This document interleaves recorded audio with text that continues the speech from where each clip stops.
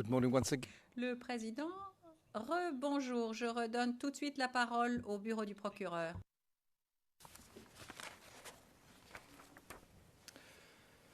Bonjour, monsieur le témoin. Bonjour, monsieur le procureur. Alors, avant la pause, vous nous avez indiqué un exemple où vous aviez interpellé un individu à un barrage.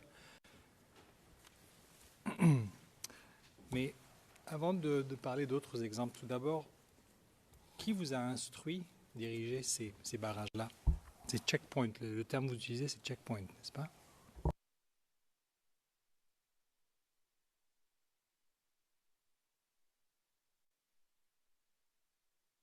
Moi, j'ai reçu ces instructions-là de Boiseau. J'ai transmis au commandant. Donc, que ce soit suivi.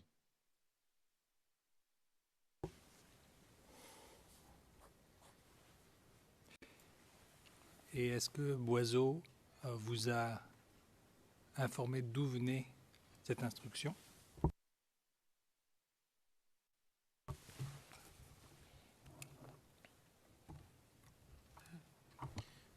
Ces instructions-là, Monsieur le Président.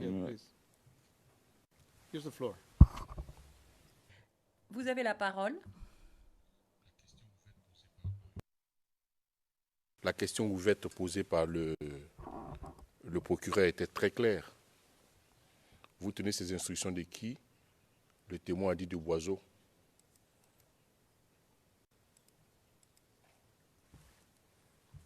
Yes, and the following question is, and Oui.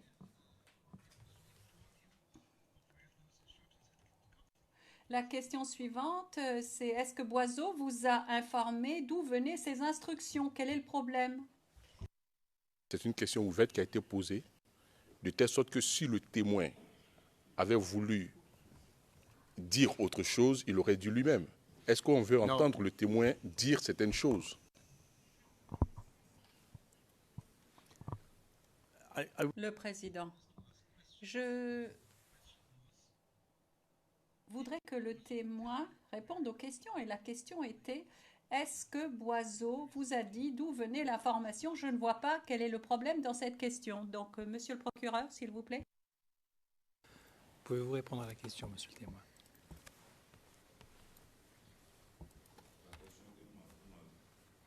la question que vous m'aviez posée, c'était qui m'a donné cet ordre. Donc j'ai dit que c'était Boiseau. Et maintenant, vous m'avez posé la question de savoir est-ce que je savais d'où est-ce qu'il m'a dit, d'où est-ce que venaient ces instructions. La réponse c'est oui. C'est que les instructions venaient du commandant Kipré, qui était le chef de la sécurité du palais présidentiel. and how do you know that? Le président, et comment savez-vous cela?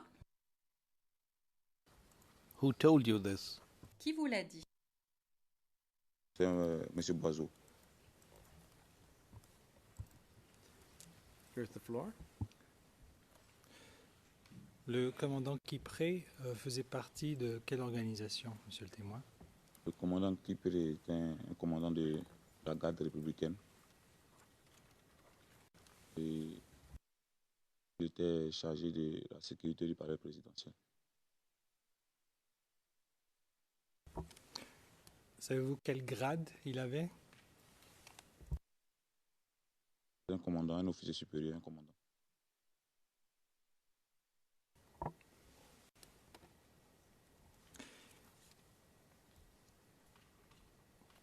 Et vous êtes chef de la sécurité du palais présidentiel. Oui. Et le palais présidentiel, dans quelle commune? Commune du Plateau. Du Plateau. Est-ce que vous avez son nom complet?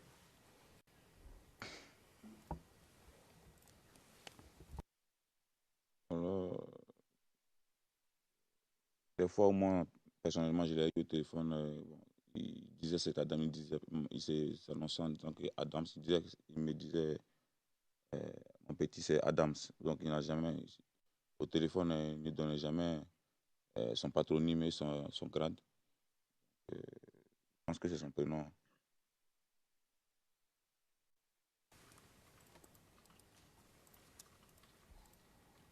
Je m'assure que c'est bien transcrit.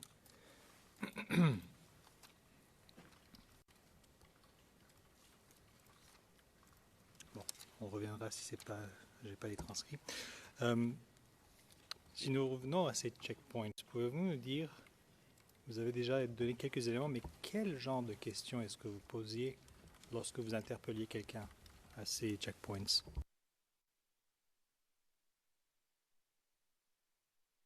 D'abord,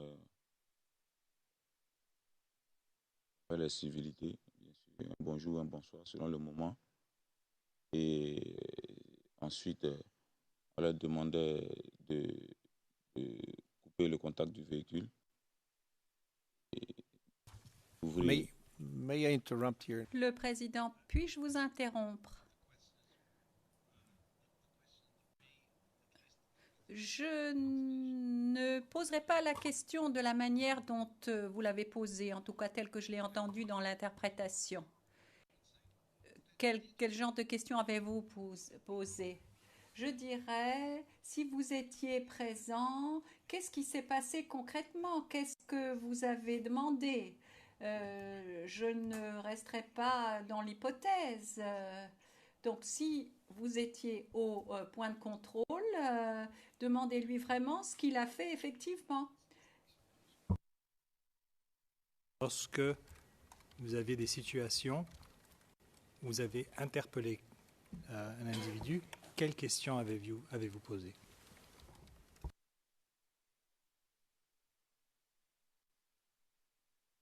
Lorsque moi, personnellement, j'ai interpellé un individu, d'abord, s'il était véhiculé, je lui demandais de couper le contact et ouvrir le coffre du véhicule et il descend afin d'être lui-même assisté à la fouille. Et on procédait à la fouille du véhicule. On regardait sous les sièges aussi. Et il ouvrait lui-même le coffre à gants, vérifier qu'il n'y avait rien de compromettant aussi à l'intérieur. Et s'il était cas qu'on n'avait rien trouvé de suspect, lui demandait de présenter ses papiers d'identité. Lorsqu'il les présentait, on le remerciait et il pouvait poursuivre son chemin. Et s'il arrivait au cas où il n'avait pas les papiers d'identité, on essayait quand même de lui poser des questions dans le but de savoir quand même s'il était un ressortissant national ou non et quelle était la raison pour laquelle il n'avait pas ses papiers d'identité, si c'était un oubli, peut-être qu'il les avait perdus ou pas établis encore. On posait ces questions-là. On ne procédait pas à l'interpellation de quelqu'un parce qu'il n'avait pas de papier d'identité. Mais peut-être si, n'ayant pas les papiers d'identité, encore il ne savait même pas aussi où il se trouvait, là ça devenait un peu suspect. Confier aux autorités afin qu'ils puissent procéder à de plus amples vérifications.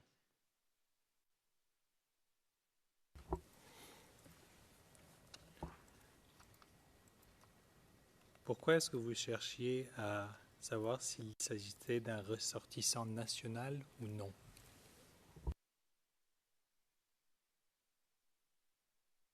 Parce que, comme je l'ai dit, les raisons que Boiseau m'a données lorsqu'il m'a donné ses instructions, c'est qu'il y aurait à cette période-là déjà des soldats de l'armée burkinabé qui étaient en mission d'infiltration et de repérage au niveau d'Abidjan. Et il y avait aussi des soldats des forces nouvelles aussi qui étaient à Abidjan. Pour la plupart, c'était des gens qui n'y avaient jamais mis les pieds. Donc, on vérifier.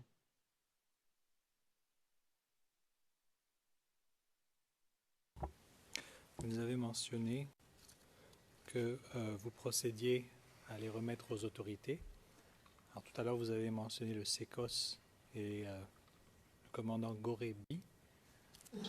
C'est un lieutenant. Lieutenant, pardon. Et à quelle unité du SECOS est-ce qu'il appartenait? Il appartenait à la brigade de maintien de l'ordre. C'est une unité du SECOS. La brigade de maintien de l'ordre était dans le même locaux que le SECOS.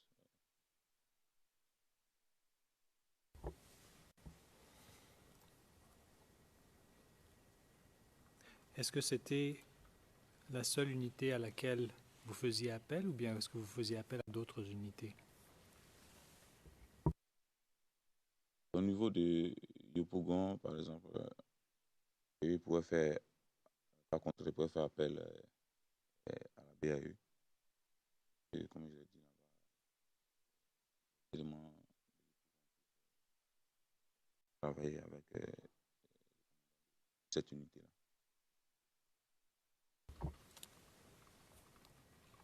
Vous dites que au niveau de Yopougon, il pouvait faire appel. Alors, pouvez-vous clarifier c'est qui il et ensuite Quand je parle de il, je parle des éléments du GPP qui installaient les barrages. Parce que eux, à leur niveau, ils interpellaient les gens, les autorités auxquelles ils les remettaient. Si ils appelaient, on leur demandait soit que si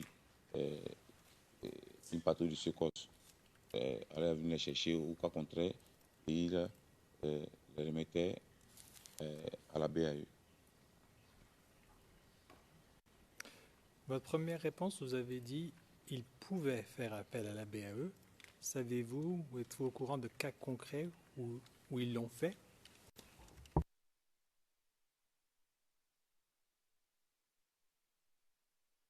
Puisque je n'étais pas basé à Yopougon, mais là on parle du mois d'octobre, n'est-ce pas? Mais, bon, parce que quand même après le deuxième tour, c'était pas des barrages, en tant que j'étais pas au barrage, mais il y a eu des affrontements entre les éléments du camp et les jeunes du RAGP qui sont venus du quartier Ouassakara. Et il y a eu des interpellations parmi ces jeunes-là. Donc, ils ont été remis à la BAE. Et c'était quand ça exactement? C'était dans le mois de décembre. C'était après les élections.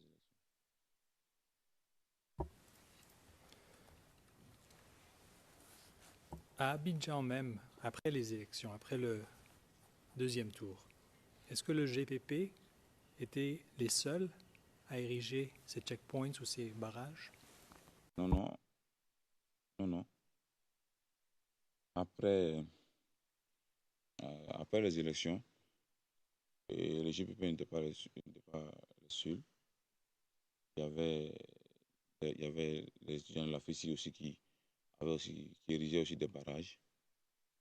Et les populations aussi qui se réclamaient de la majorité présidentielle aussi, les jeunes patriotes, comme on eux aussi érigeaient des barrages aussi dans les différents quartiers de résidence.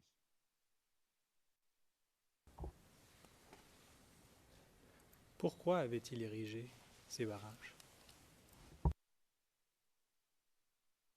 Euh, Parce que en ce moment, en cette période-là, je crois que c'est parti à partir de janvier ou février 2011, mais en cette période-là, il y a quoi que, à ma connaissance, il y a eu, il n'y a pas la date exacte, mais il y a eu un rassemblement de la jeunesse des jeunes patriotes, un rassemblement qui a été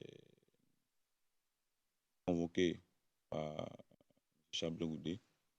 Et après ce rassemblement-là, il y a eu un message. Il a demandé à ce que les jeunes bloquent les soldats français et l'ONUCI qui avait une mission officieuse d'armer les jeunes du RHDP,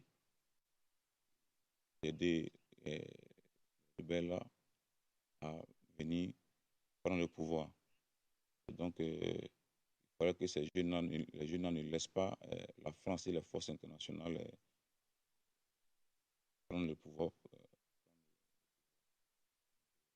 Ces jeunes-là se sont commencé aussi à ériger des barrages. Ça. Est-ce que vous, personnellement, vous en avez vu des barrages érigés par la FECI ou les jeunes patriotes? Oui, parce que nous avons, lors de nos déplacements dans la capitale, précisément au niveau de Cocody et même à Djamé. À Djamé, les étudiants étaient à la cité universitaire même d'Adjamé. Il y avait des barrages aussi, devant aussi la cité, et d'autres aussi qui se mêlaient aussi souvent aussi à nous, même à différentes cités, même de Villeneuve aussi, qui étaient proches de la base de la CRS. Même dans la commune de Sud de Yopougon aussi, il y avait des barrages. Et le commandement aussi, était au de Port-Louis, tout ça aussi, nous transmettait l'information aussi qu'il y avait des barrages et de leurs éléments issus des jeunes de la FECI des étudiants et aussi des jeunes patriotes. Et les barrages dans les différents cas.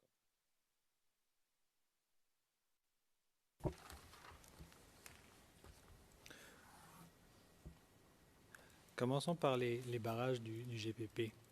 Outre les fouilles et les interpellations que vous nous avez mentionnées, est-ce qu'il y a eu des situations où vous avez vu, où on vous a rapporté des incidents à ces barrages?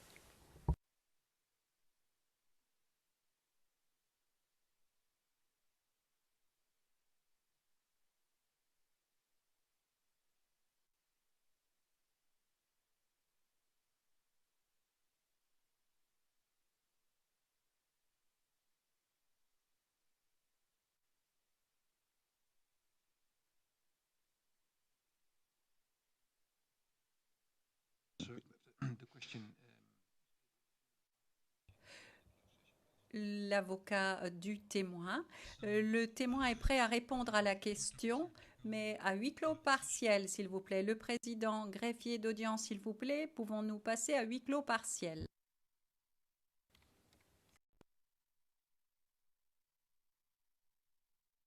RHDP et ANAM. Il fallait qu'on empêche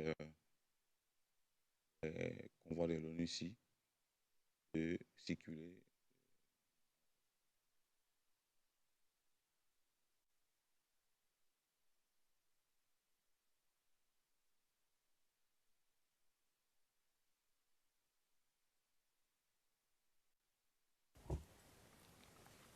D'où avez-vous reçu ces instructions?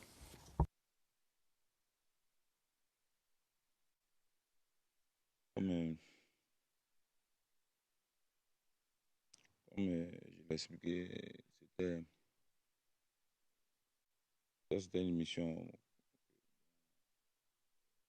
pour m'informer et que c'était les instructions qui venaient, puisqu'en ce moment-là,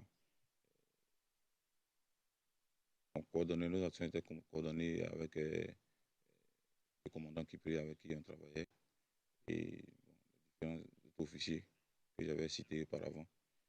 Mais Boiseau a demandé à ce qu'on suive ces instructions-là pour les bases à bien et les chars de l'ONUCI. que il était soupçonné de transporter des armes destinées aux partisans.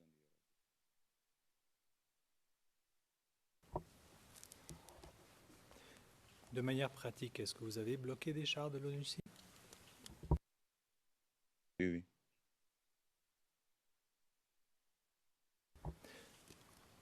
À combien de reprises? Ah.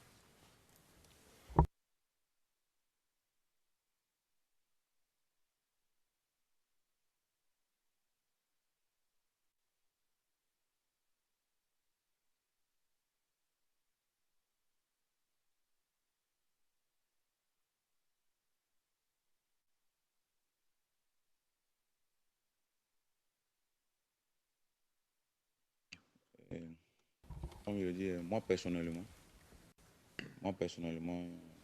j'ai participé à une seule de ces opérations. Comme je l'ai dit, l'opération s'est passée dans plusieurs endroits de la capitale. Moi personnellement, j'ai participé à une seule opération qui était bloquer les chars de l'ONU. Est-ce que vous pouvez nous la décrire en session publique ou... Pas de souci. Oui. Ok. Alors, est-ce que vous pouvez nous décrire quand ça s'est passé et dans quelle localité?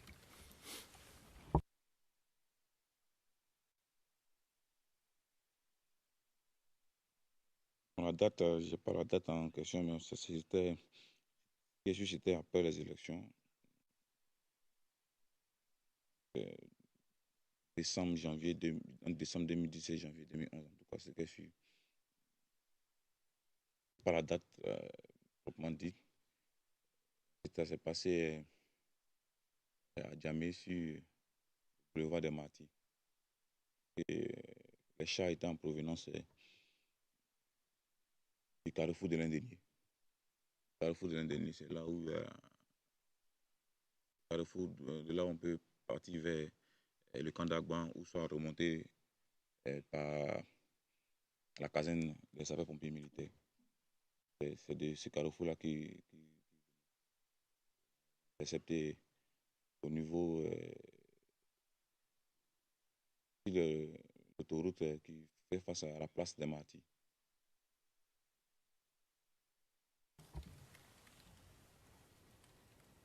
Alors, expliquez-nous brièvement comment est-ce que vous avez bloqué ces chars de l'ONUCI.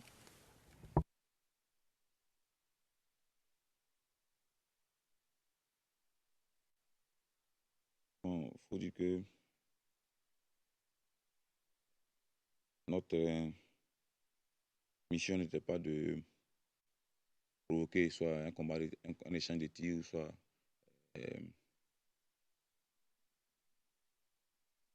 un échange. C'était juste de bloquer l'achat de l'ONU ici et les faire repousser chemin et aussi fouiller les chars, s'assurer qu'il n'y avait pas des armes qui transportaient. Et s'il y avait que vraiment il y avait des armes qui transportaient, ces armes-là, nous on devait les récupérer. Et nous, personnellement, comme ça se faisait, afin de les obliger à s'arrêter, nous ne devions évidemment pas avoir d'armes apparentes, donc pas avoir d'armes en main et en tenue civile, mais assisté par le SECOS. C'est-à-dire que dès qu'on interceptait à bonne distance un dispositif de voiture qui se mettait en place, les véhicules du SECOS.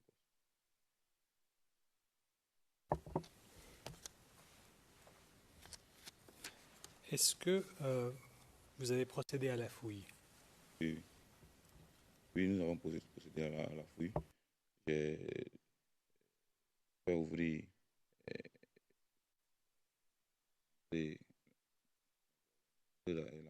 l'issue d'accès à l'intérieur du chat et j'ai pénétré à l'intérieur du chat pour fouiller et j'ai bloqué le téléphone des éléments qui étaient à l'intérieur parce qu'ils ont voulu appeler, faire éteindre la radio et j'ai emporté le téléphone.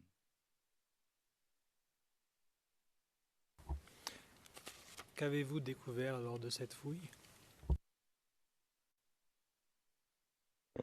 Lorsque nous avons fouillé, nous n'avons rien découvert.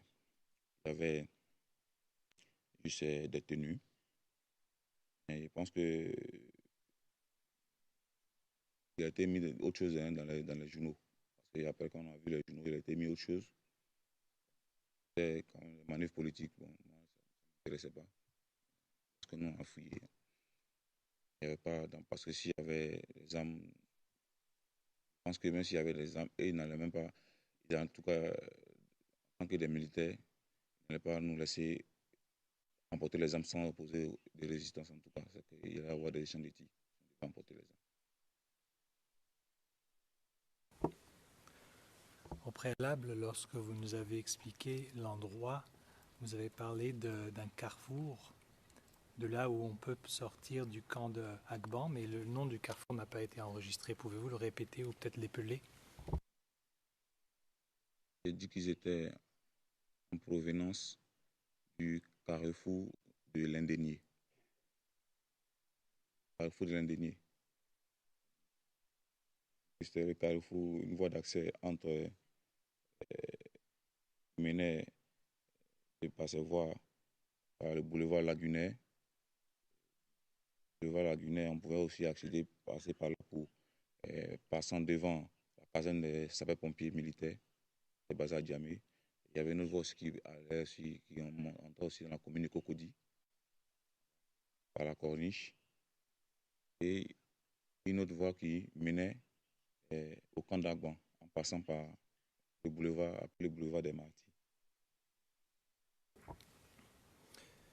Vous souvenez-vous si cet incident a eu lieu durant le jour ou la nuit? C'était le jour, hein, mais bon, c'était le matin, mais c'était pendant la journée. C'était le matin ou l'après-midi, mais c'était pendant la journée en tout cas. Juste un petit instant, je vous prie.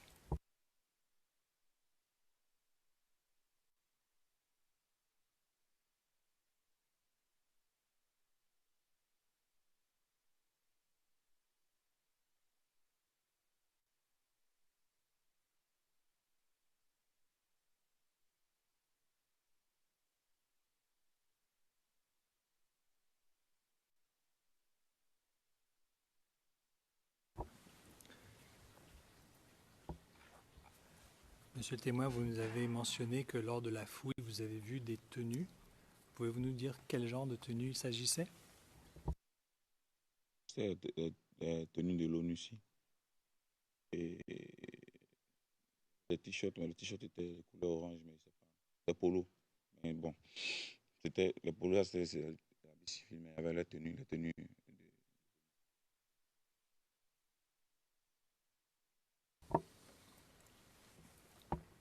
Vous avez aussi mentionné que, après avoir fouillé, vous avez vu qu'il y avait autre chose dans les journaux, que c'était des manœuvres politiques. Alors, qu'est-ce que vous avez vu dans les journaux? Dans les journaux, il a été dit que nous avions bloqué les chars de l'ONU ici et que nous avons trouvé des boussettes, des armes, tout ça. Ce qui était comme une preuve que l'ONU s'y transportait des armes à destination des rebelles.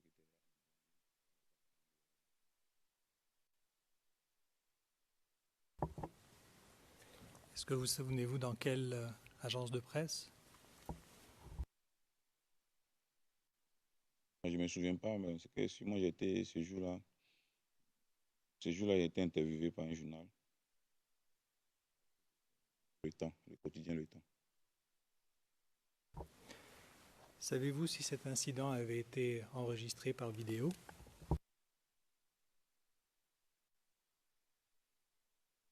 Oui, parce que bon, souvent quand il y a des,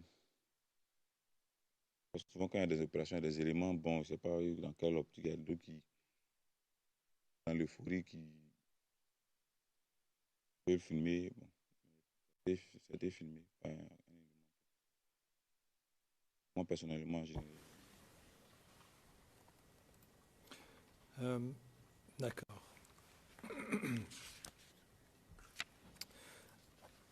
Could we please display, well, Le procureur, nous voudrions reprendre la main, nous voudrions faire diffuser une vidéo qui figure à l'onglet 67.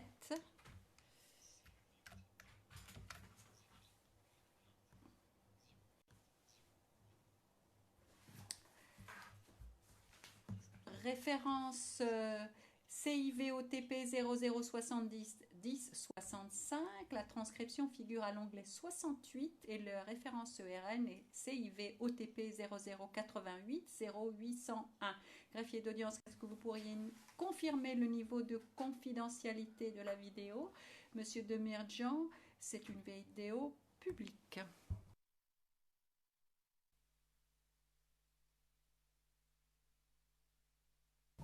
And it will be displayed on the evidence. Greffier d'audience et cela sera affiché sur le canal Évidence 2.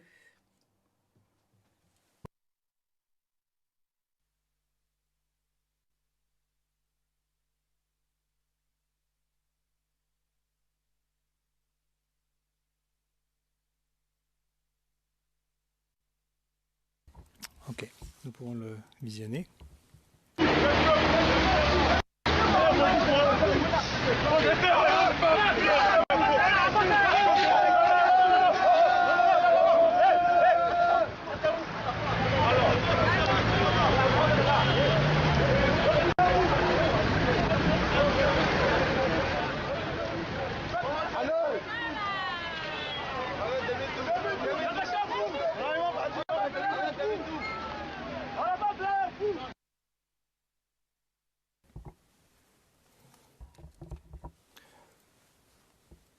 Monsieur le témoin, on vous a monté juste un court extrait pour commencer. Est-ce que, et juste pour les notes sténographiques, on a commencé du début jusqu'à 29 secondes.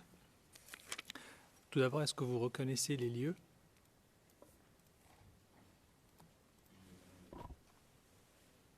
je reconnais les lieux. Et c'était où?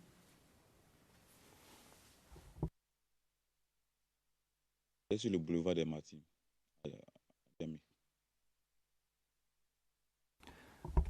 Avez-vous reconnu quelqu'un sur ces 29 premières secondes qu'on vient de voir? Oui, oui. Alors, qui avez-vous reconnu?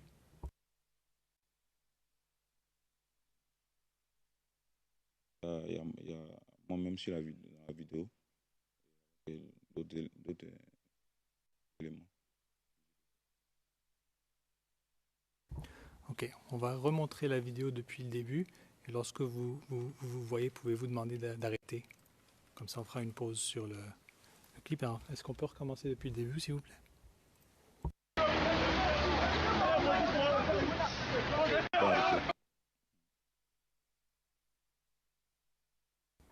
Ok, on est à 4 secondes et 21 centièmes. Que pouvez-vous nous dire sur cette image? Là, c'est moi qui suis la deuxième personne en venant de la gauche. Moi qui suis en train de parler avec... De quelle couleur est le boubou? les bleu-blanc. Est-ce que vous avez reconnu quelqu'un d'autre jusqu'à maintenant? Oui. Déjà des éléments qui étaient avec. Okay. On va continuer de jouer la vidéo. Si vous reconnaissez un élément que vous vous rappelez par nom, peut-être que vous pourrez nous faire signe d'arrêter. On va arrêter. On va revenir à 6 secondes.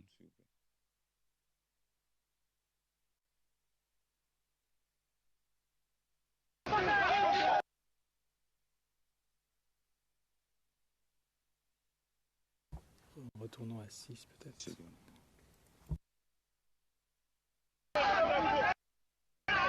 Là, c'est bon. Là, celui avec le t-shirt marron et short, mini short kaki. Et c'est commandant Bogota.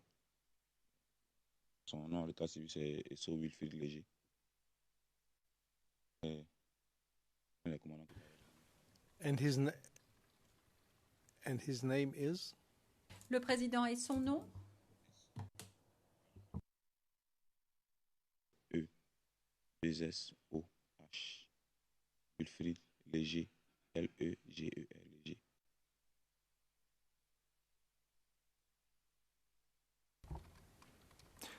Là, on est à 6 secondes et 16 centièmes. Est-ce qu'on peut continuer?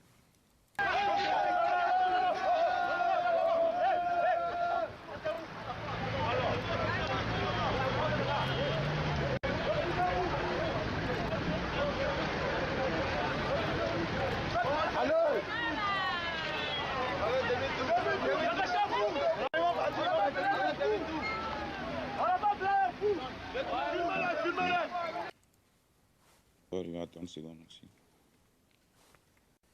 30 secondes. Celui qui a un t-shirt orange. Ça va, on était bien. Qui a un t-shirt orange. Voilà. Lui, il est décédé lors de l'attaque lors d'une attaque en 2014.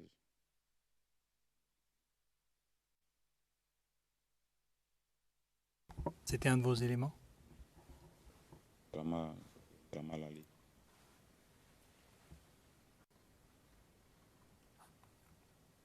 Drama et le nom de l'allée.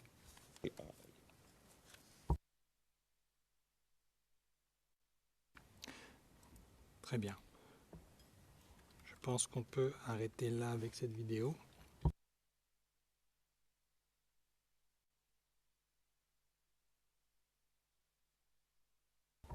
Vous avez dit que vous aviez été... vous avez parlé à des journalistes à propos de cet événement.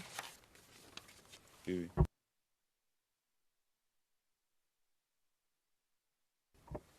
Est-ce que les journalistes ont recueilli vos propos?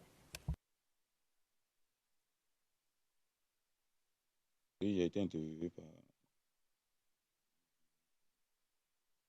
quotidien Le Temps. Comment vous vous êtes présenté? Bon, lorsque on m'a demandé mon nom, il y a un élément qui est à côté de moi qui a dit mon patronyme, qui a dit Maître, commandant Maître. Il a dit non. Que mon nom soit dans les journaux. Et, mesure de sécurité. Je ne veux pas que mon nom soit dans les journaux. Ils mettent Mike, ou des maîtres qui mettent Mike. Langage de transmission. Donc il met Mike, donc il a mis commandant Mike.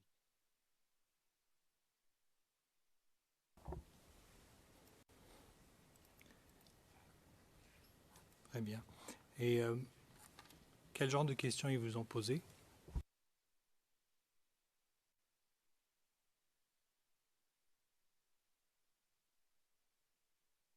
D'abord, il a demandé pourquoi est-ce que nous avons mené cette opération.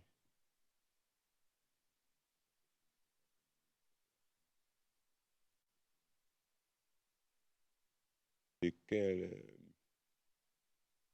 quel bord politique est-ce que nous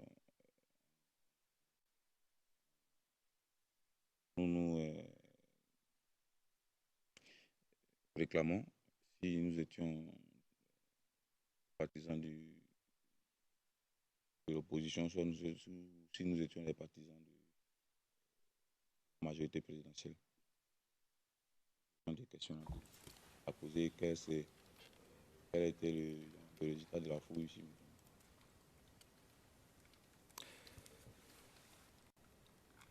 La vidéo qu'on vient de voir, est-ce que cette vidéo représente l'incident que vous nous aviez décrit au préalable? Oui.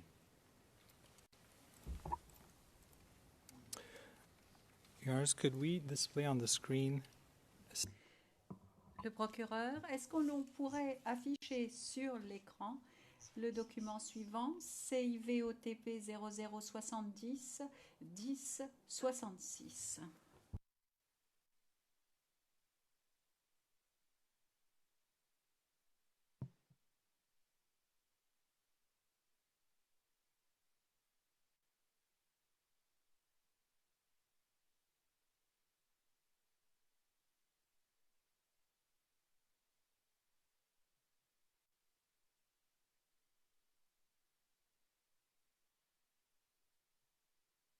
The document is displayed. Greffier d'audience, le document est affiché sur le canal Évidence 1. Le procureur, merci beaucoup.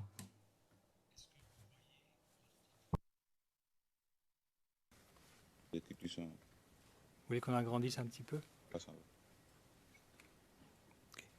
Alors, en haut à droite, vous voyez qu'il est marqué le temps Oui, et le titre de l'article, mouvement suspect, 3 chars de l'ONUCI bloqués par le GPP à Djamé. Vous voyez bien ça à l'écran? oui, je vois. Ok. Au milieu de la page, il y a une question auquel il y a une réponse. Et la réponse, et c'est indiqué, c'est a soutenu le commandant Mike du GPP. Est-ce que vous voulez qu'on agrandisse un petit peu? Non, je vois, mais sans de chercher. Prenez votre temps.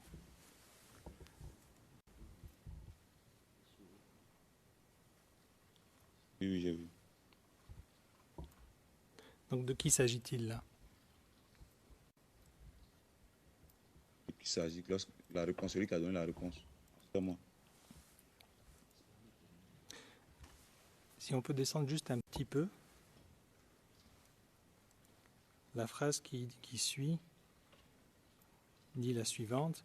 En quelques minutes, les 3 chars de l'ONUCI ont été encerclés par les éléments du GPP. Sur leur insistance, ils ont procédé à la fouille des chars. Ainsi, des armes 12-7, des munitions et de nombreux treillis ont été découverts dans les 10 chars. Alors, que pouvez-vous nous dire à propos de cette phrase? Cette dernière phrase à propos des armes et des munitions.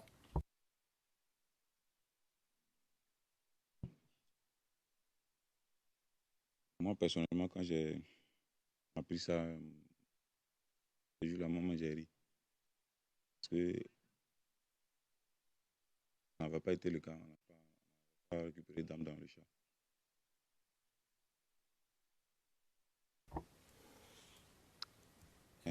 Pardon, allez-y. J'en ai parlé à Boiseau, il m'a dit de laisser ça comme ça. Il laisse ça comme ça. Donc vous, lorsque vous avez répondu aux questions du journaliste, qu'est-ce que vous leur avez dit? Quel était le résultat de votre fouille? La réponse que je lui ai donnée, je pense que c'est la réponse qu'il a mis en guillemets. Je pense que ce qu'il a mis à côté, je pense que c'était ses propres commentaires.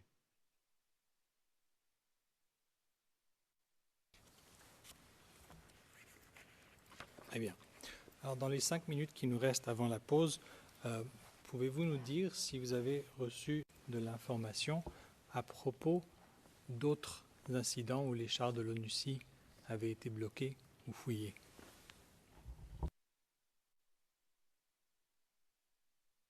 Il y a eu ces incidents-là. Il y a eu ces mêmes incidents à Cocody.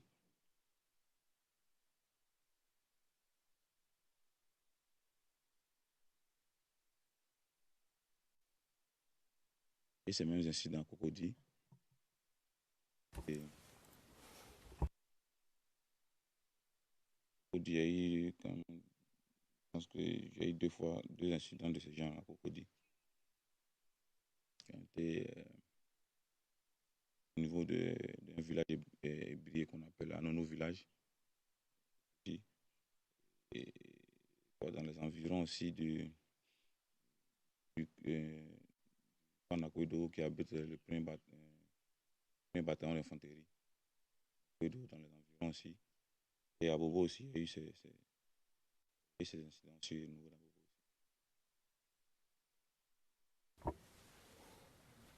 Je m'excuse juste avant de revenir sur ces incidents que vous venez de mentionner. Est-ce que le document est toujours devant vous à l'écran? Non. Non. Can we display again the last document? Le procureur, est-ce qu'on peut faire diffuser le dernier document une nouvelle fois, s'il vous plaît, le faire afficher? Oh, it was CIVOTP 0070. CIVOTP 0070 10 66. And can we scroll down a little bit? Est-ce qu'on peut descendre vers le milieu de la page, s'il vous plaît?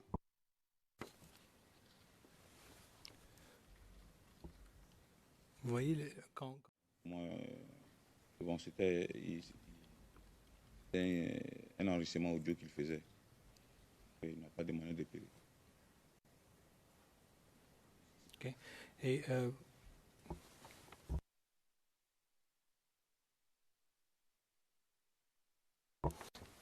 vous, normalement, quelle épellation est-ce que vous donnez quand vous dites commandant Mike? Mike, c'est M-I-K-E. D'accord. Et juste pour clarifier, lorsque vous voyez cet article devant vous, est-ce que vous pouvez nous dire si c'est vraiment vous qui avez été entrevué? C'est moi qui ai été interviewé.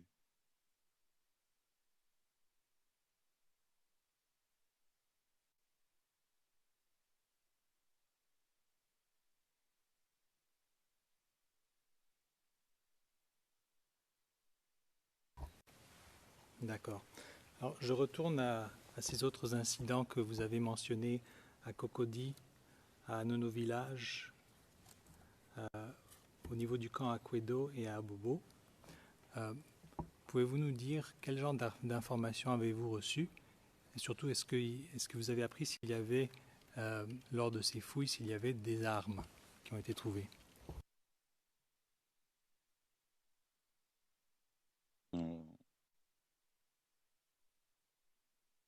Ma connaissance, au niveau de Bobo Akwedo, il n'y a pas eu de fouille. Hein.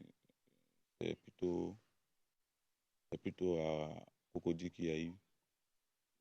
Parce que là, c'était un convoi venu ici qui transportait de la nourriture en direction du Golf Hotel. Des réfugiés, les cadres du RHDP. Qui transportaient, qui ont été traités.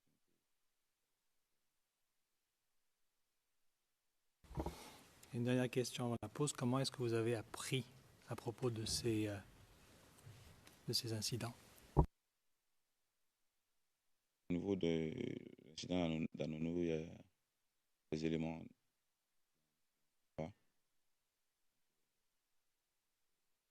Les autres communes, des éléments pas soit qui étaient présents. Le rapport était dirigé vers la base.